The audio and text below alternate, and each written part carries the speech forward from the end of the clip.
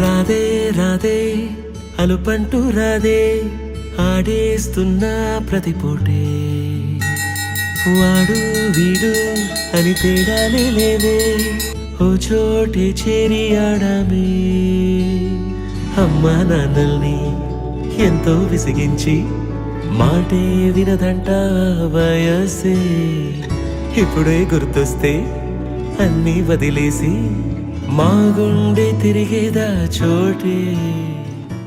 చూస్తూ చూస్తూ 20 ఏళ్ళు గడిచిపోయాయి. మన ఈ గజిబిజి జీవితాల నుండి మన చిన్ననాటి జ్ఞాపకాలను మళ్ళీ గుర్తు చేసుకోవడానికి ఒకరోజు జనవరి 17, 2026.